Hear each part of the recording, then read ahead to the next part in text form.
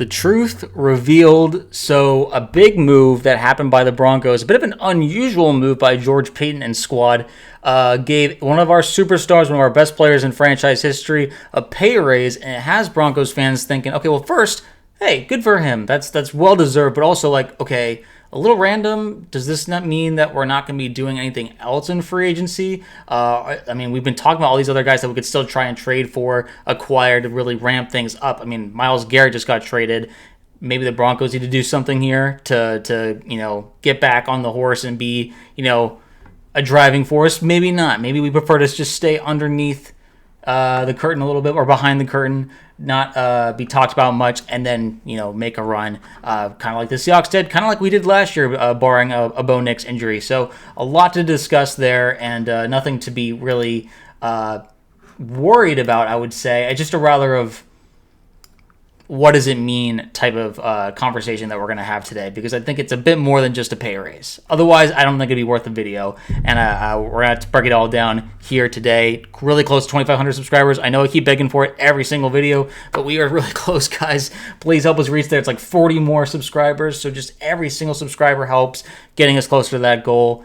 Thank you to everyone who's already subscribed. And also want to mention, if you or your child spent years growing up on social media and experienced serious mental health struggles, you should hear this. Recently, a jury ordered Meta and YouTube to pay millions for their role in designing and promoting addictive platforms. They knew their apps could contribute to anxiety, depression, and body image issues, but did not share those risks while prioritizing profits. The recent historic verdict underscores the consequences of those decisions. Now Morgan & Morgan is stepping up to hold these platforms accountable for the harm that they cause. Click the link in my bio to take a short quiz. You may be entitled to a potential recovery of over $1,000. And with that being said, let's jump into the rest of this video. So the big piece of news is that Broncos are giving cornerback Pat Surtain II a $5 million raise this year per his agent Tory Dandy. He has a chance to make another $5 million next year if he makes All-Pro or Pro Bowl this year, which probably shouldn't be a problem for him. So he's probably going to get a $10 extra million just for existing, just for being PS2, just for being the best corner year in and year out with this squad. And it's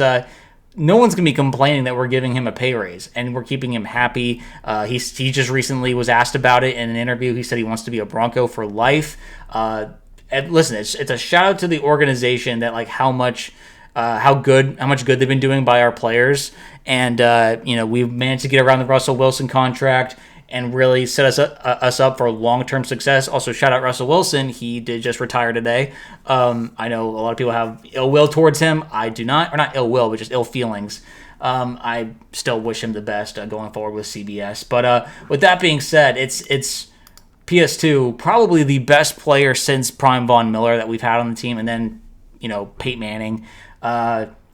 Just an absolute beast, an absolute weapon. A guy that shuts down an entire half of the field, and just one of the, whatever weapon that we're going up against receiver-wise. And he's a great tackler, he punches the ball. He does everything. You don't need me to spill out all the details as to why PS2 is great. You watch him on field. You watch that he doesn't get many interceptions because no one throws his way.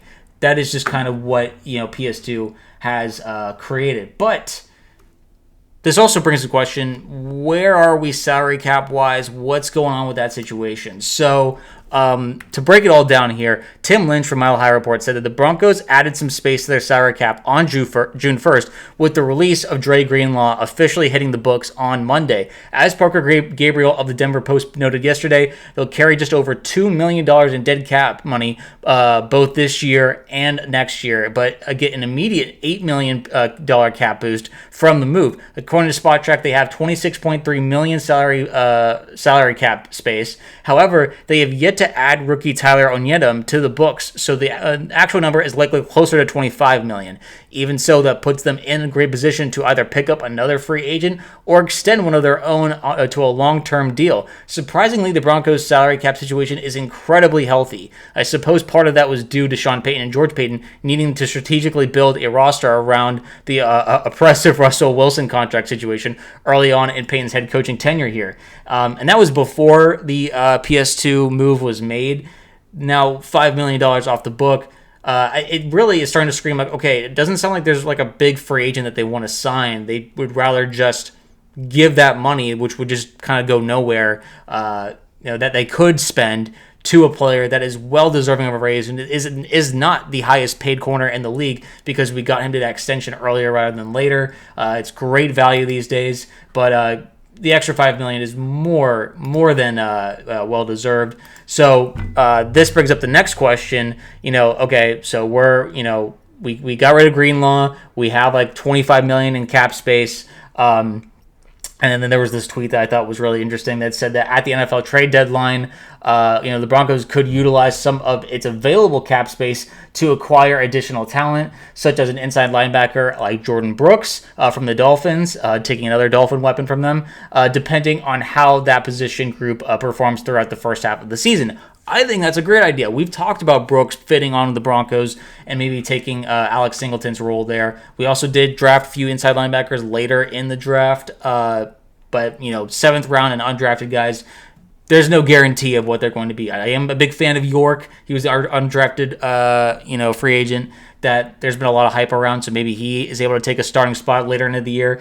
But at the same time, I think the Broncos will absolutely be keeping their tabs on inside linebackers around the league so that when the trade deadline arrives, they will have no problem spending that money. There is no rush right now. This is still a great roster.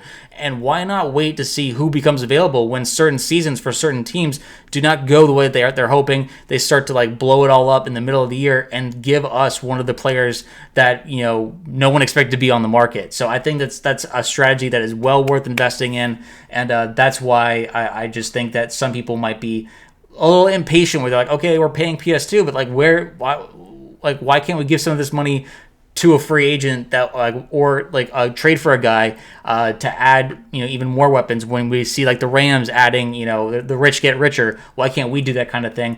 I don't think it's that simple. I think that this is a different strategy of patience, and not patience of waiting years. We're just gotta wait to the halfway point of this season.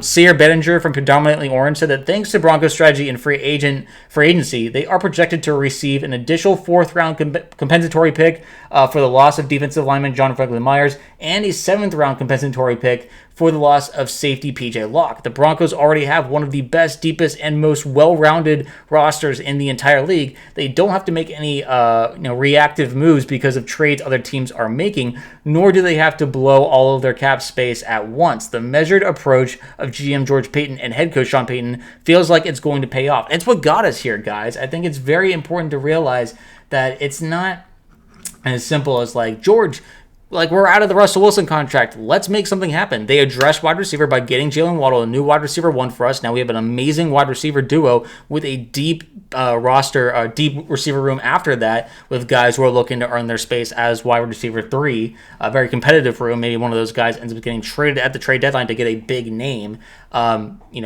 We could have maybe gone for Njoku. Seems like they really do have faith that Ingram is going to be utilized by Davis Webb. Those guys are friends. We did get Justin Jolly in the 5th round, which a lot of us, including myself, think it is a steal. So there's a lot of guys that we can still look forward to, see if they make quick impacts. If they don't, we get someone at the trade deadline and really upgrade the roster to make a full Super Bowl run when that time comes. So all of that is the strategy.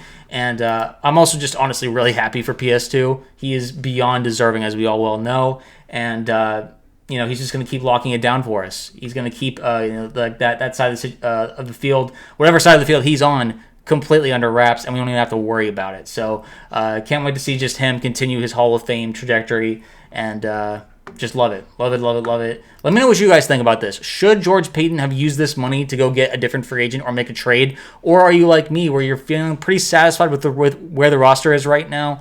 And, we're just excited to see videos and clips coming from OTAs and, looking forward to training camp and all that. And then waiting till, mid-season to really make a big trade to just put us over the top and put us, where the conversations with the Rams, where it's leading the conference, being Super Bowl favorites, and all that good stuff. So sound off in the comments down below, and until next video, guys, we will see you then.